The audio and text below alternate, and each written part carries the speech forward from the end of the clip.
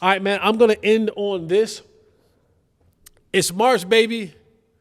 It's March Madness. As someone, let me toot my own horn, as someone who is a 2005 national champion with the North Carolina Tar Heels, go Heels. This is the best time of the year. Like, Christmas is the most wonderful time of the year, but this is the most wonderful time of the year. I got to get my bracket up. I got to pull my bracket up. And I know that everybody's locked in to their bracket. This is it. This is it. So I want to just kind of run through and give y'all my Final Four and what I think. Now, I normally don't do brackets because there is a little bit of bias. I'm not going to front. I'm not going to front with y'all. There is a little bit of bias. And I don't think it's an unfair bias. Like, I'm not saying that my squad is year in and year out incapable of winning a national championship. I think if you start doing that, like, it's like, for example, my boy Tay. He's an Aggie fan. So for him to put the Aggies in the Final Four, that bias might be a little bit of a stretch. You feel what I'm saying? It might be a little bit of a. And listen, gig 'em. Shout out to the Aggies. And I'm not knocking y'all. Like I'm not against y'all. Like 12th man, all that kind of good stuff. Sure, have at it. But if he put y'all in the Final Four, it's an unrealistic bias. Me putting North Carolina in the Final Four isn't an unrealistic bias. That's a lot of you going to have North Carolina in your Final Four. But we can go through all of the I said this long ago when I started watching the Houston team. I said, boy, that's a tournament team. Because here's my belief as someone who was a part of, and maybe my part wasn't a big part, but I was a part of it, a national championship squad. The one thing, because you have to win every time you touch the floor. Like, there is no tomorrow. You win or you go home. And so what plays well in these moments, because you have very little time to scout teams, you have very little time to really put in a game plan. You got to kind of have some fine tuning, but you rely a lot on the veteran leadership.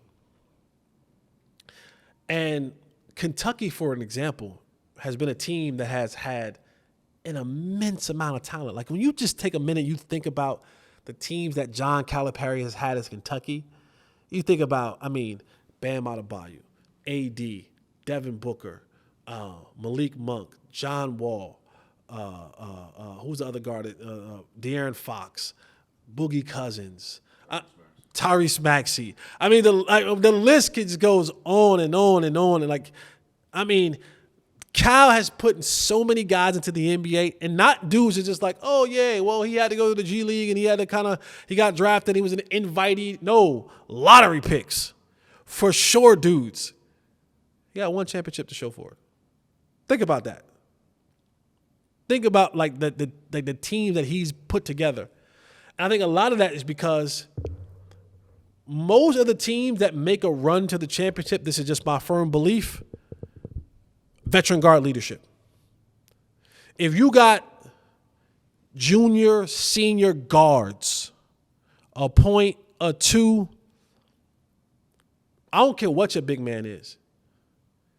It matters a little bit, but it's going to come down to guard play. It's going to come down who has the most well-rounded veteran guards.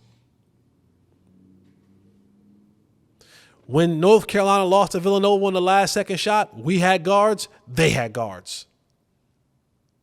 UConn last year, when they won the championship, that's what they had. Veteran guards. Just go look. Even your Cinderella squads that come out of nowhere, and they're the 11 seeds, and they're the 13 seeds, and they're the 10 seeds, what do they have in common? Those teams are usually filled with guys who are juniors and seniors. Those teams aren't filled. Those teams, your Florida Gulf Coast of the world, your St. Peter's of the world, your Loyola Chicago's. Those teams aren't teams that's coming in here with a bunch of freshman guards and freshman players and sophomores, and they just taking the world by storm. Nope. Those teams, those mid-majors, those teams that got the automatic bids because they won their conferences, those jokers are littered with senior guards, junior guards, guys who have been around the game of basketball collegiately for 3-4 years, 5 years. Those Gonzaga teams that always run you to the, run you through the gauntlet. Those jokers is filled with juniors and seniors. Filled with juniors and seniors. That is the play. Freshmen don't win in a tournament. Too erratic. Too inexperienced. Don't know how to handle the pressure of playing a team that you had only a couple hours to scout for. Being on the road. Being in an uncomfortable situation of a lose and go home. These games, how do I control this atmosphere that is happening? Because these guys have hit these outrageous amount of shots. So when you look at it, I always look at teams that are going to have veteran leadership. And what I want you guys to do, I want you to send me your brackets. Like I said, at Mr. Fulton Long, Facebook, Instagram, Twitter. Leave your Final Four in the comment section on the YouTube page. But I look out, coming out of the East. And maybe and Tay said it earlier, you don't have any Nebraska and Texas A&M. They're 8 versus 9. Maybe that's a Cinderella. No, it's not gonna happen. I know it's not gonna happen. They're gonna lose. They're gonna lose. They're gonna lose the second round. I'm just messing with you. They're gonna. You think they'll beat Nebraska or no? You have to beat Nebraska. Maybe, but they're gonna. But shortly after that, they gotta face Houston. See ya.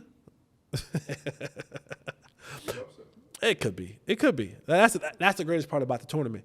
But I think this year is a year that's. Will there be a Cinderella? Sure, maybe. I think the one team that may see, because even when you look at Purdue's the number 1 seed. Like their toughest. Like in that bracket, in the Midwest bracket, in order for them to get the Final Four, like they faced the winner of Utah State and TCU. Like Gonzaga, Monique State, Kansas, but they're so hurt.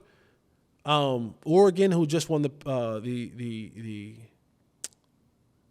Pac-12 tournament. Texas is the number 7 seed. Tennessee's a 2 seed. So like Purdue doesn't have a tough road to toe. So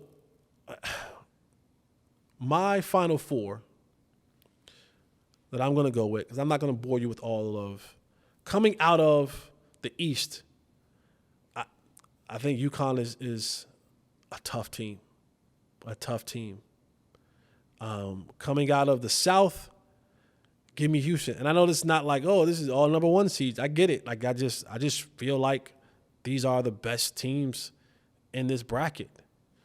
Coming out of the West, of course, Go Heels. Come on now. That ain't an unrealistic bias. But we'll have I'm telling you now, Michigan State is going to be a tough out for North Carolina. Not because Michigan State is this profoundly great team, but Tom Izzo always plays in an absolutely tough schedule. His players are tough. They are ready for these moments. They're going to push North Carolina to the limit. But I still have North Carolina coming out of the West. I got Purdue coming out of the Midwest. So my Final Four is literally 4 number 1s. I know it's crazy. My Final Four is 4 number 1s. I think Houston beats Purdue. Those guards and I think Houston is going to be. I believe this since earlier in the year. I said that it's going to be a crash course to North Carolina playing Houston in a national championship game in Phoenix, Arizona. The storyline for North Carolina that will eventually run into Arizona, who's the number 2 seed, it's the Caleb Love game, right? Caleb Love transferred from North Carolina to Arizona because he just didn't fit in the system anymore. That's going to be a great storyline. But I have UNC beating UConn and facing Houston in the national championship game, and I find my Tar Heels, go Heels. It's not a bias pick, but it's a bias pick. I find my Tar Heels beating the Cougars of Houston to win a national championship. We redeemed the loss that we had against Kansas. We should have won 2 years ago. We blew that 15-point lead. But I think we go to Phoenix and we get it done. So let me know. Let me know what your brackets look like. Let me know what your Final Four picks are. Let me know who your championship picks are. Let me know who your squad is. If maybe you're down with Tay. Maybe you're down with Tay. You're a Gig 'em. You're an Aggie, and you're like, let's go. Maybe you're down with me, and you're like, I'm a Tar Heel fan. I'm 100% Carolina Blue. Let me know. Let me know how it goes, man. All right, man. That's all I got for you guys today. I appreciate you being here. I appreciate you joining the program. Remember, don't let failure stop you. Don't let failure stop you. Keep it pushing. Keep it going, man. I believe in you. I love you. Remember, Jay Holley always going to love you.